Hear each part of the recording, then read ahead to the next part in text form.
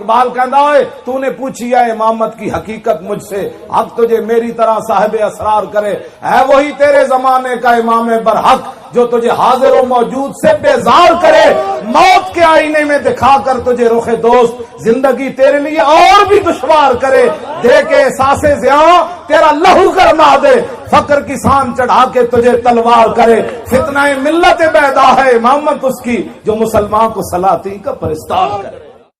ہو نہ یہ نام تو کلیوں کا تبسم بھی نہ ہو، اور چمن دہر میں بلبل کا ترنم بھی نہ ہو، یہ نہ ساکی ہو تو پھر میں بھی نہ ہو، خم بھی نہ ہو، بزم توحید بھی دنیا میں نہ ہو، تم بھی نہ ہو۔ خیمہ افلاک کا استادہ اسی نام سے ہے، اور نبض ہستی تپش آمادہ اسی نام سے ہے، دشت میں کوثار میں میدان میں ہے، بحر میں موج کی آغوش میں طوفان میں ہے، چین کے شہر مراکش کے بیابان میں ہے، اور پوشیدہ مسلمان کے ایمان میں ہے۔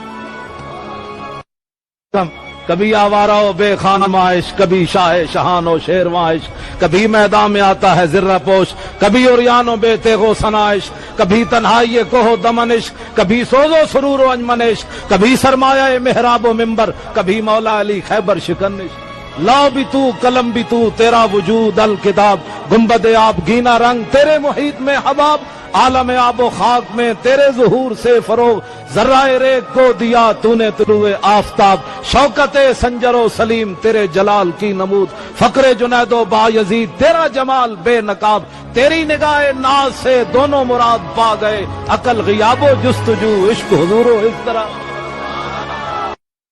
غازی یہ تیرے پراسرار بندے، یہ غازی یہ تیرے پراسرار بندے، جنہیں تو نے بخشا ہے ذوق خدائی، دو نیم ان کی ٹھوکر سے صحرا و دریا، سمٹ کر پہاڑ ان کی ہیبت سے رائی،